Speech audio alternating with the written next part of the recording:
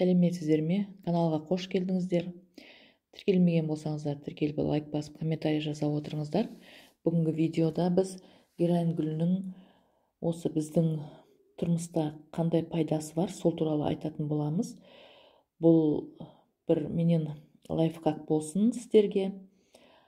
Совет үкіметінде өз күшімізбен көптеген жағдайларды біз қолымыздағы бар заттармен жасайтын болсақ, қазіргі заманда көптеген химиялық заттардың түр-түрін көреміз.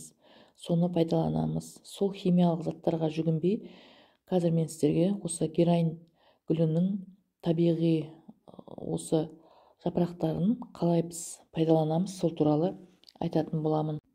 Біз үйіміздегі өсіретін герань гүлі, оны герань өсірушілер біледі, оның бір жағымсыз иісі бар. Бұл енді қатты жағымсыз деуге де болмайды.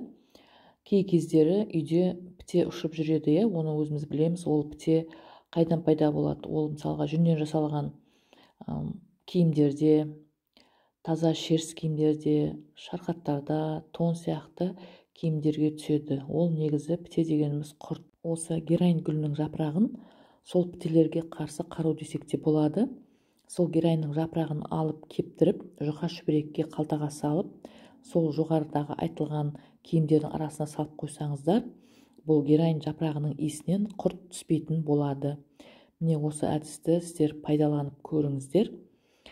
Өте бір жақсы әдіс. Сіздермен болған бақыт. Сау саламатта болыңыздар.